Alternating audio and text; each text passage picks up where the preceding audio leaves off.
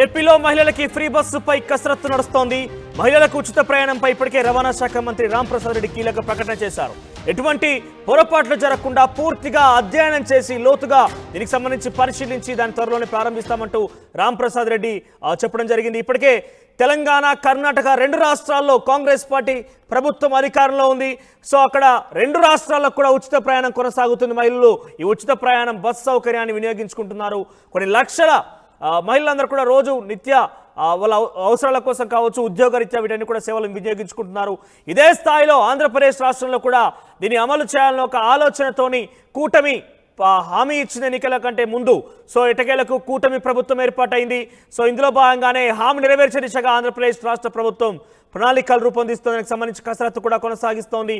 అయితే ఇతర రాష్ట్రాలు తెలంగాణ, కర్ణాటకలో అమలవుతున్న తీరు విషయంలో పూర్తిగా అధ్యయనం చేసి దానికి సంబంధించి ఏ రకంగా వనరులు సమకూర్చుకోవాలి, ఎన్ని రకాలుగా బస్సు సౌకర్యాలను పెంచుకోవాల్సిన అవసరం ఉంది, బస్సుల సంఖ్య పెంచుకోవాల్సిన అవసరం ఉంది, దీనికి సంబంధించి పూర్తిగా ఒక అధ్యయనం చేసి ఒక రిపోర్ట్ రెడీ చేయాలని చెప్పి కూడా అధికారులు ఇప్పటికీ ఆదేశించినట్టు తెలుస్తోంది.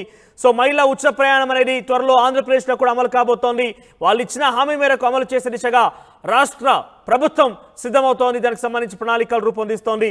సో దీనికి సంబంధించి ఎంత ఆదాయం సమకూర్చుకోవాల్సిన అవసరం ఉంటుంది, ఎంత మేర రాష్ట్ర ప్రభుత్వం మీద భారం పడుతోంది, ఆ భారాన్ని ఏ రకంగా సర్దిద్దుకోవాలి, ఇవన్నీ కూడా చాలా లోతైన అంశాన్ని పరిశీలించే దిశగా అధికారులను ఆదేశించినట్టు ఇప్పటికే రాంప్రసాద్ రెడ్డి ఒక ప్రకటనలో చెప్పడం జరిగింది.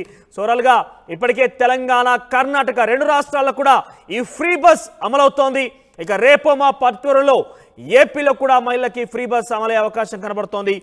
ఎస్, త్వరలోనే ఏపీలోని మహిళలు కూడా ఫ్రీ బస్ సేవలు వినియోగించుకోబోతున్నారు. దానికి సంబంధించి ఒక కీలకమైన ప్రకటన రవాణా శాఖ మంత్రి రాంప్రసాద్ రెడ్డి చేశారు. ఎస్, ఆర్టీతో కూడా ఎక్స్క్లూజివ్గా రాంప్రసాద్ రెడ్డి ఏం మాట్లాడారో చూద్దాం.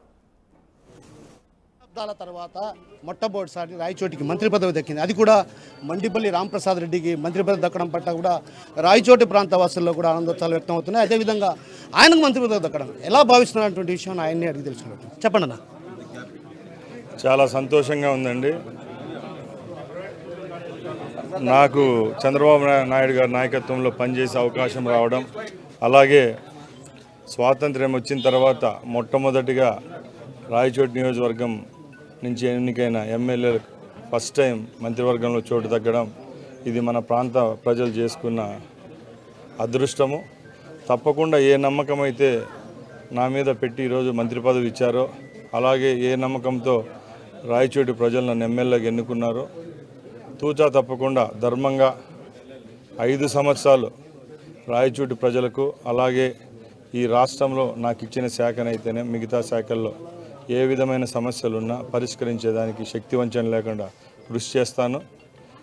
నాకు అతి తక్కువ వయసులో ఈ క్యాబినెట్లో చోటు దక్కడం, నా మీద నమ్మకంతో ఇచ్చిన మా నాయకులు చంద్రబాబు నాయుడు గారికి, అలాగే మా ప్రధాన కార్యదర్శి లోకేష్ బాబు గారికి మీ తరఫున మరొకసారి ధన్యవాదాలు తెలియజేసుకుంటున్నా.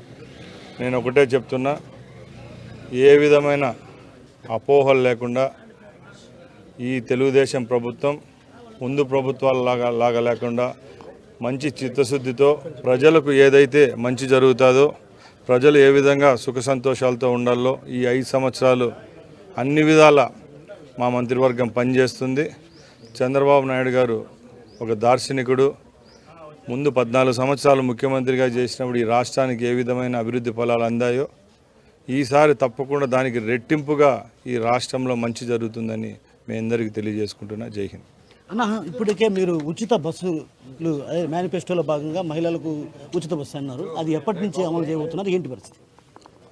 మీరందరూ చూశారు, మొన్న ఫస్ట్ సంతకమే చంద్రబాబు నాయుడు గారు ఏవైతే హామీలు ఇచ్చారో దాంట్లో 5 దానిలను అమలు చేసే విధంగా పెన్షన్స్ అయితేనేమి, స్కిల్ డెవలప్మెంట్ అయితేనేమి దీని మీద సంతకం చేయడం జరిగింది.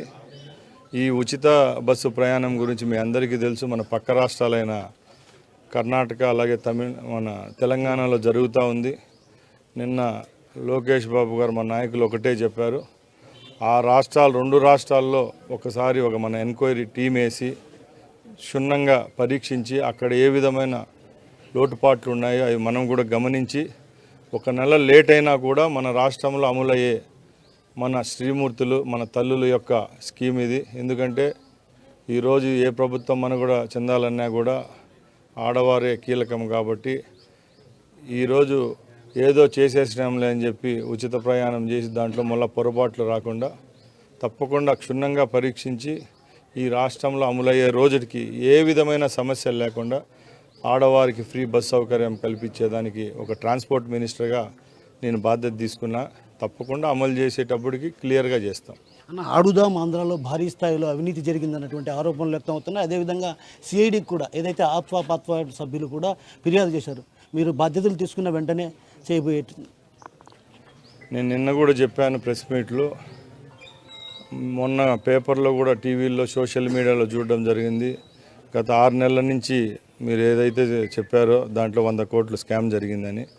నాకు ఆ క్రీడలు మరియు యూజ్ అండ్ సర్వీసెస్ శాఖ కూడా మా మీద ఉంది కాబట్టి తప్పకుండా జరిగిన ఏదైతే లోపాలు ఉన్నాయో అదే స్కామ్ అంటున్నారో దాని మీద ప్రభుత్వం ఎంక్వైరీ చేస్తుంది. అలాగే అవే పథకాలు కాకుండా కానీ రేపు తెలుగుదేశం ప్రభుత్వంలో యువతకు ఏదైతే మేలు జరుగుతుందో, ఏ విధమైన ఈ కార్యక్రమాలు చేపట్టాలో మేము ఒక కమిటీ వేసుకొని మన రాష్ట్రంలో అన్ని విద్యా సంస్థల్లో, ప్రైవేట్ మరియు గవర్నమెంట్ విద్యా సంస్థల్లో నైపుణ్యంగా ఎవరైతే శిక్షణ ఇస్తారో అది కూడా వాళ్ళకు మానసికంగా శారీరకంగా ఉపయోగపడుతుంది స్పోర్ట్స్ అనేది. దాన్ని ఒక క్లాస్గా చేర్చేదానికి కూడా ఈ ప్రభుత్వం చర్యలు తీసుకునే దానికి ముందుంటుంది. తప్పకుండా ఇవన్నీ ఏదో దుందుడుకుగా ఒక హామీలు ఇచ్చేసి నెరవేర్చుకోవడం కాదు. ఏది చేసినా కూడా క్షుణ్ణంగా పరీక్షించి ఏదైతే ప్రజలకు మేలవుతుందో అది చేసేదానికి మేము సిద్ధంగా ఉన్నాం. నా చివరిగా ఒక మాట, నా రోడ్డు రవాణా శాఖ పైన కూడా రవాణా శాఖకు సంబంధించి భారీ స్థాయిలో ఆరోపణలు ఏదైతే అవినీతి జరుగుతుందంటే కొంతమంది అధికారుల వల్ల ఫైల్స్ కదలడం లేదన్నటువంటి ఆరోపణలు ఉన్నాయి. మీరు బాధ్యతలు తీసుకున్న వెంటనే దీన్ని ప్రచారం చేసే దిశగా అడుగులు ఏమైనా వెళ్తున్నారు? తప్పకుండా.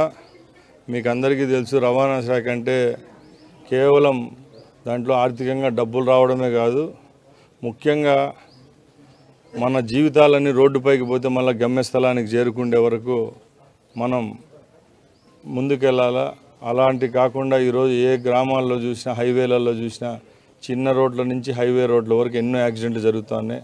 ముఖ్యంగా నేను కూడా మా తండ్రి గారిని కోల్పోవడం కూడా యాక్సిడెంట్లు కాబట్టి తప్పకుండా రాబోయే కాలంలో వచ్చే 5 సంవత్సరాల్లో ఈ రాష్ట్రంలో ఎంత తక్కువైతే అంత యాక్సిడెంట్లు తగ్గించేదానికి రోడ్డు ట్రాన్స్పోర్ట్ మినిస్టర్గా మేము చర్యలు తీసుకుంటాం.